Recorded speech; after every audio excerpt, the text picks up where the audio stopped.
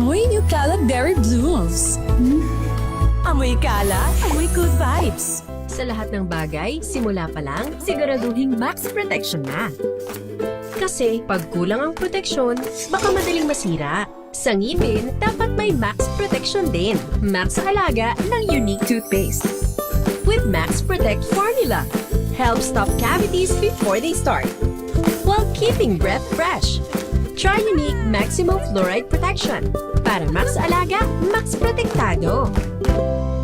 ACS. Amoy forever. Amoy LQ.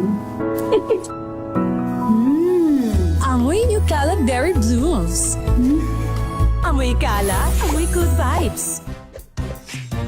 Ang galing-galing mo Smart dishwashing paste ko Pritong ulam na masebo Plato o kaldero Tanggaling for everyday Ganyan pag smart ang dishwashing paste. May double tanggaling formula. Tanggal ang sebo, tanggal ang bakterya. Pahit para walang bahid Linis fantastic sa metal at plastic Number one ko to Tanggaling-galing mo Smart dishwashing paste ACS. May nagbago. May arte. May budget. Akala nyo lang yon. So solid White rose papaya Wow, white rose White rose papaya Wow, white rose White rose papaya May glow up with a white rose papaya. White rose papaya. May puti power times 2 kasi may papaya at niacinamide. May shea butter and tea tree oil pa. Kutis sulit ang glow up. Glow up with a white rose papaya White rose papaya. Kutis sulit ang glow up. ACS. Wow, ang saya. Isang barangay na labada, puro mancha pa. Goodbye, pahinga. Mommy, isang laba lang yan sa Pride Bar Blue. May powerful stain-away enzymes na malupit sa dunit mansya. At di masakit sa kamay. Isang laba lang yan Hello, pahinga. Hello Pride Bar Blue ACS.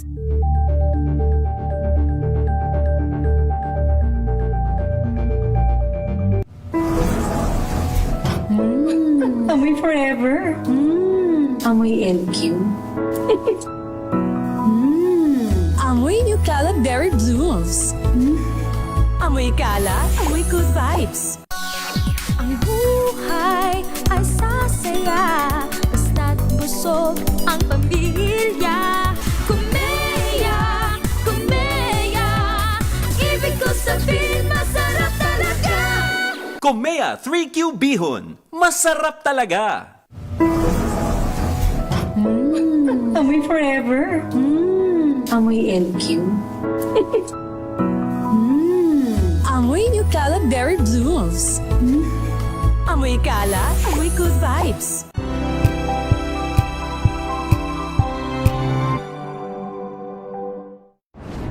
Kung good vibes ang hanap mo, dito ka na sa sigurado! Mula sa mga istoryang nagbibigay ng inspirasyon hanggang sa mga kwentong may dalang solusyon. Mga balitang pampagaan, pakiramdam at pampaganda ng araw. Hindi lang ba sa good news, kundi the better news. Mula Lunes hanggang Biyernes, 1:00 ng tanghali sa DZRH TV.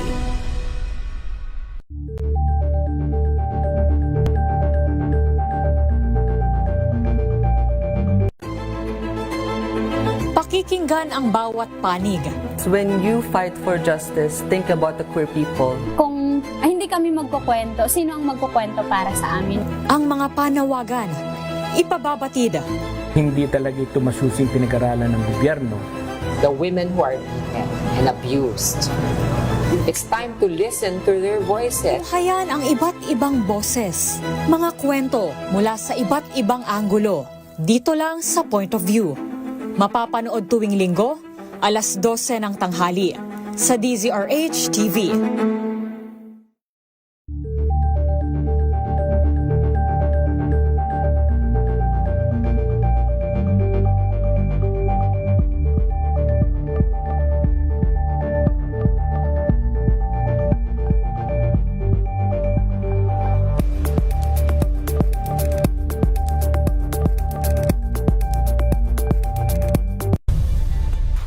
Nagsimula sa pangarap hanggang sa maabot ang tagumpay. Iba't ibang kwento, iba't ibang mukha ng atletang Pilipino. Mas pinatindi, mas pinalakas, at mas pinaaksyon sa Match Point tuwing Sabado, 12:30 ng tanghali sa DZRH TV.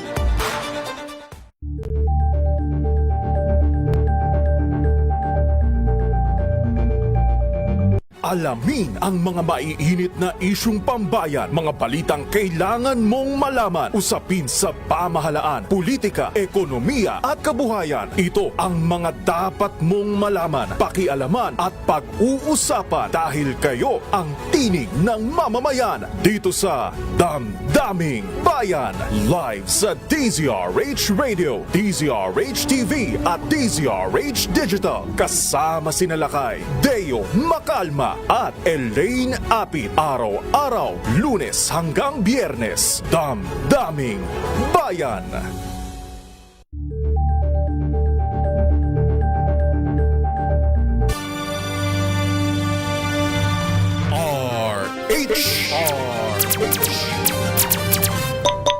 Pilipinas, it's 7:18 in the evening.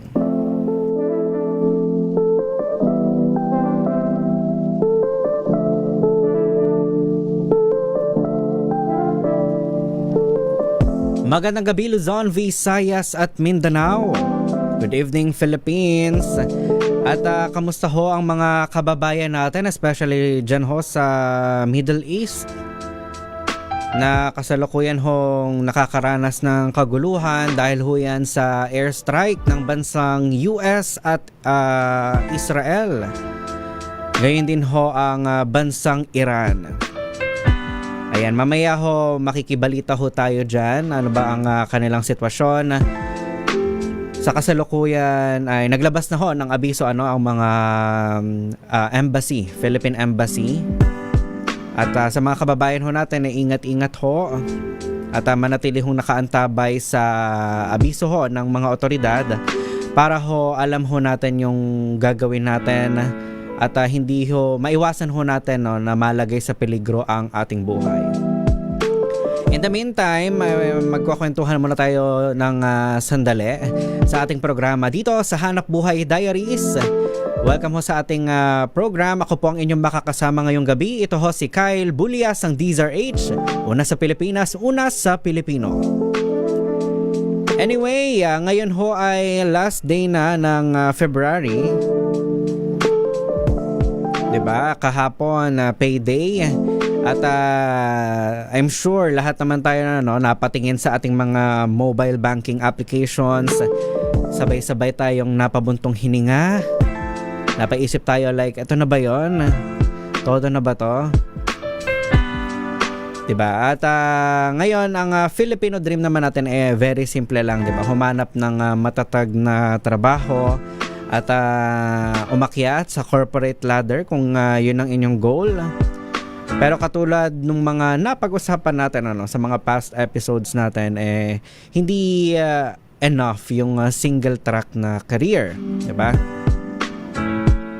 Ngayong gabi hindi lang side hustle ang pag-uusapan natin para sa pagbabayad ng ating mga kautangan. Pag-uusapan natin yung pagkakaroon ng portfolio career. Diba? Bakit ang pagkakaroon ng maraming professional identities ay hindi lang tungkol sa additional income, tungkol kasi ito sa skill insurance kung tawagin. Diba? At ano ba itong portfolio career? Isipin nyo yung parang investment portfolio sa bangko, di ba? Hindi mo inilalagay yung pera mo sa iisang stock lang. Kasi alam naman natin yun, di ba? Delikado yung ganon. Hindi siya stable kung ika nga. So bakit natin itataya yung kinabukasan natin sa iisang kumpanya lamang? Ngayong 2026, diba? Alam naman natin na sobrang bilis ng changes. Isama pa natin yung ilang kumpanya na nag-i-integrate na ng artificial intelligence sa kanilang operasyon, yung ekonomiya natin. Kaya yung loyalty sa isang kumpanya hindi na siya enough para sa safety net 'Diba? Sa ating buhay. Kasi kapag nagdesisyon ng inyong company na magkaroon ng na mag-restructure at ang ikaw as a empleyado at ang alam mo lang ay ang internal process nila, baka maiwan kayo nakatunganga. Ang portfolio career ay ito yung katulad nga ng sinabi ko kanina, insurance natin ito. Diba? Kung ikaw ay accountant pero graphic designer ka sa gabi, o kaya ikaw ay customer service lead pero on the side ikaw din ay isang real estate broker. Diba? Sa ganung paraan, kahit maapektuhan yung isang haligi ng ating career, hindi tayo guguho. Kasi meron pa tayong ibang pundasyon na na-establish na natin. Diba? Pero sa panahon ngayon, alam din naman natin, grabe yung pagod na nararamdaman natin. So, I think iniisip ninyo na solo, isang trabaho pa nga lang na 8 to 5. Pagod na tayo. Paano pa kaya kapag nagdagdag tayo ng side hustles? Wala na nga akong work-life balance, dadagdagan ko pa. Ang goal naman ng portfolio career ay hindi para dagdagan yung ating work hours every week, kundi ang goal nito ay maging mas matalino tayo sa pagtatrabaho. Diba? Meron tayong tinatawag na 70-20-10 rule sa pagkuha ng side hustles. Diba? Hindi naman natin kailangan biglang kumuha, no? Yung like mag-a-apply agad tayo ng 3 trabaho agad, pagsasabay-sabayin natin to. Sisimulan natin yan doon sa 70-20-10 rule. So yung 70% ng ating energy para ho yan sa ating main job. Diba? Ito yung trabaho na nagpapakain at nakakapagbayad ng ating mga bills. At yung 20% naman para ito sa ating growth na maaari din natin pagkakitaan. So kumikita ka na, nag-upskill ka pa, natututo ka ng mga bagong kakayahan. At yung 10% naman ay para lang siya sa pure experimentation. Yung mga bagay na ginagawa lang natin for fun, na pwede rin naman mapagkakitaan, diba? Experimentation nga. So ito yung mga pambalance natin para kahit papano maiwasan natin yung burnout. Kasi yung 10 at 20% nagbibigay pa rin naman ito somehow ng kasiyahan sa ating puso. At yung 70% natin, which is nakalaan para sa ating main job, napapakain tayo, nababayaran yung ating mga bills, at nabibili natin yung ating mga pangangailangan. At of course, dahil nga 2026 na, ang automation ay hindi lang naman para sa mga malalaking kumpanya, no? Para rin yan sa atin. Sabi nga natin, hindi naman ma-overpower ng artificial intelligence talaga yung mga trabaho natin. Pero maaari natin itong gamitin sa ating advantage. Diba? Gamitin natin ng AI para sa mga boring na parts ng ating side hustle. So kung nagbebenta kayo ng produkto or kailangan nyo mag-email, pwede natin gamitin yung AI, diba, as tools.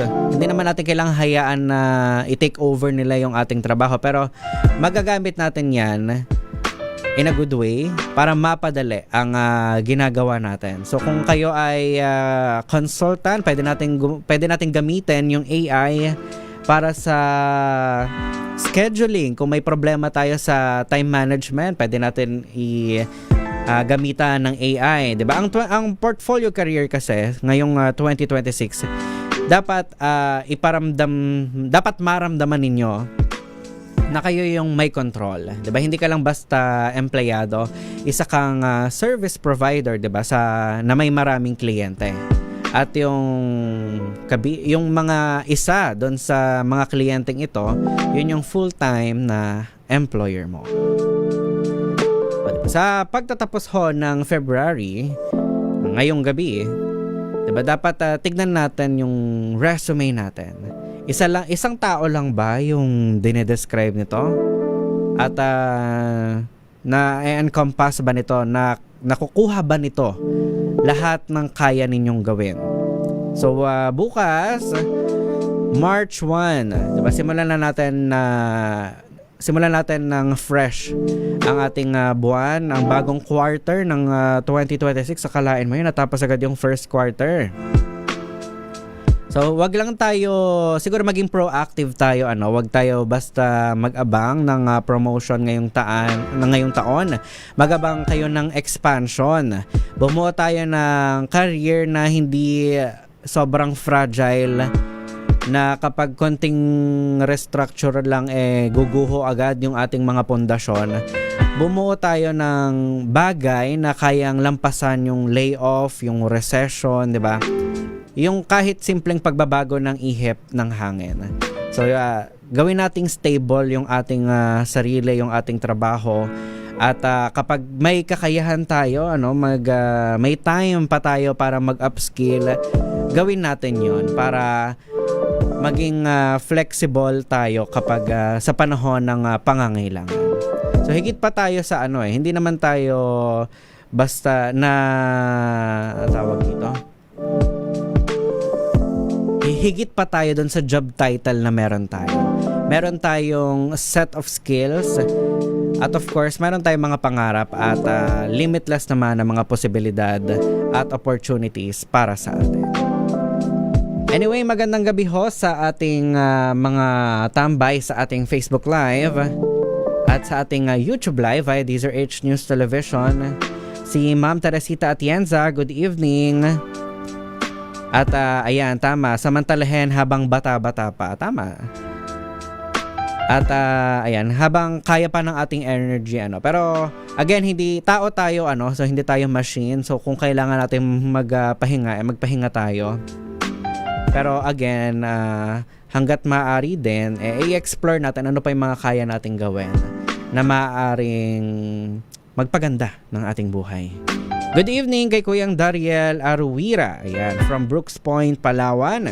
Kay Jocelyn Marquez. Ayan, good evening din kay Kuyang Nelson Malinaw at God bless. Ayan, mamaya ho sa susunod nating newscast sa Sapul Sabado, makakasama nyo ho dyan si Kuyang Boy Gonzales. Alamin natin yung latest dyan sa nagpapatuloy na kaguluhan sa Middle East. At alamin natin ang sitwasyon. Baka kayo ho, may mga kamag-anak ho kayo, kakilala, or kayo po mismo ay nakikinig at nanonood sa ating mga programa dito sa Deezer H at kayo ho ay nasa Middle East. Maaari nyo hong i-comment bukas ho ang aming comment section sa aming Facebook Live at sa YouTube Live. Maaari nyo hong ikwento ang inyong kasalukuyang sitwasyon at baka may nais ho kayong ipanawagan sa pamahalaan. Kanina ibinalita ho natin na inatasan na nga ni Pangulong Bongbong Marcos ang Department of Migrant Workers at ang Foreign Affairs para i-locate ang ating mga kababayan, especially dyan sa Iran at sa Middle East, at pinatitiyak ang kanilang kaligtasan sa kaguluhang ito. Alamin ho natin ang update mamaya ho sa programa ho natin mamaya. Anyway, hanggang dito po muna ang ating programang Hanap Buhay Diaries. Ako po ang inyong nakasama ngayong gabi. Ito ho si Kyle Bulias ng Deezer H. Una sa Pilipinas, una sa Pilipino. Susunod na ho ang programang Lunas. Makakasama niyo po dyan si Miss Eleni Bensal. In the meantime, oras ho natin, eksakto yung punto, 7:30 in the evening.